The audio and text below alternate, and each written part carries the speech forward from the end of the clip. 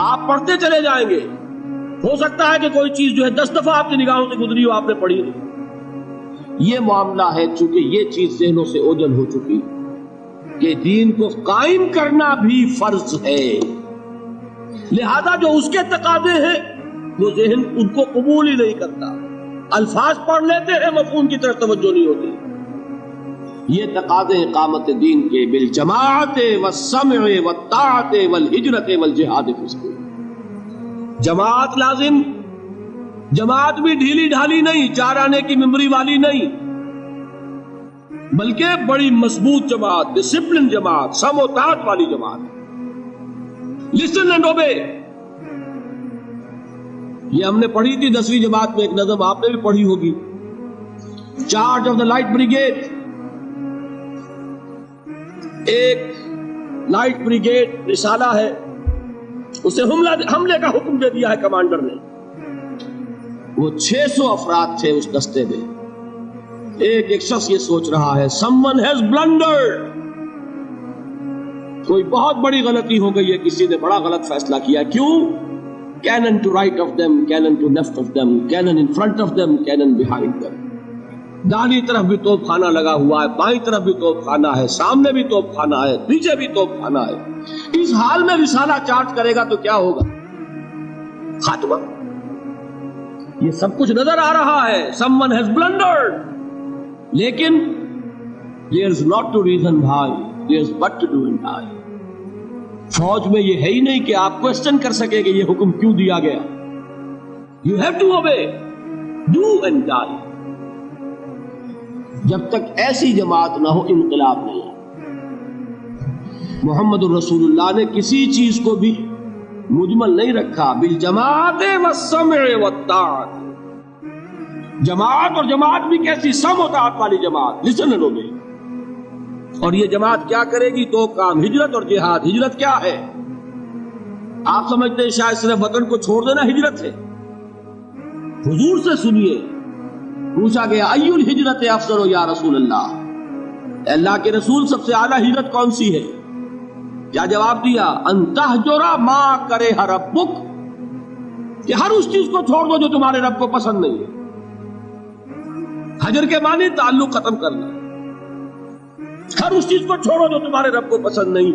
ہاں، اس کی نیت رکھو کہ اللہ کرے کہ وہ وقت آئے کہ خالص دین کے غلبے کی جد و جہد میں گھر بار، اہل و عیال، مال و متال اور اپنے وطن کو چھوڑ کر نکلنا پڑے۔ یہ ہجرت سب سے اونچی ہجرت ہو جائے۔ شروع کہاں سے ہوئی؟ رشوت لے رہے تھے، آج فیصلہ کیا نہیں لوں گا، ہجرت شروع ہو گئی۔ کوئی شخص شراب پیتا تھا، آج طے کر لے کہ اب نہیں، ہجرت شروع ہو گئی۔ جو اللہ کو پسند نہیں اس سے ترک تعلق۔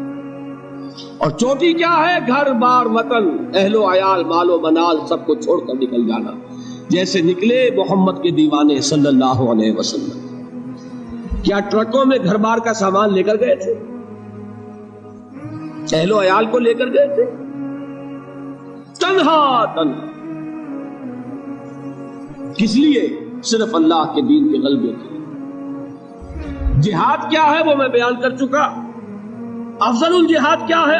ان تجاہد نفسک فی طاعت اللہ، لیکن نیت چوٹی کی رکھنی ہوگی۔ حضور نے فرمایا جو مسلمان مرا اس حال میں کہ نہ اس نے اللہ کی راہ میں کبھی جنگ کی، نہ جنگ کی خواہش رکھی، نہ اس کے دل میں شہادت کی آرزو تھی، فقد مات علی شعبۃ من النفاق، تو وہ ایک قسم کے نفاق پر مرا ہے، ایمان پر نہیں مرا۔ 0 لیول نہیں، مائنس لیول، جو کل میں نے آپ کو بتایا تھا۔ نیت یہ رکھو کہ اللہ وہ وقت لائے کہ صرف اللہ کے دین کی غلبے کی جد و جہد میں جنگ کا وقت آئے اور ہماری گردن کٹے۔